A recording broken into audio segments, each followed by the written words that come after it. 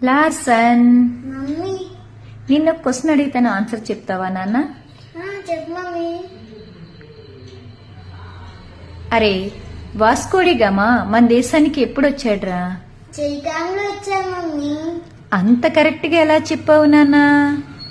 నేను చూసాను mummy text book లో ఆయన ఫోటోలో ఇలా స్వెటర్ వేసుకొని ఉన్నారు. నిజం మమ్మీ, అందుకే వాస్కో ది గామా చలికాలంలో వచ్చాడు. చలికాలంలో మమ్మీ స్వెటర్ వేసుకుంటారు, అందుకే వాస్కో ది గామా కూడా చలికాలంలోనే వచ్చాడు. అరే, ఈ మధ్య నీకు తెలివితేటలు బాగా ఎక్కువైపోతున్నాయిరా.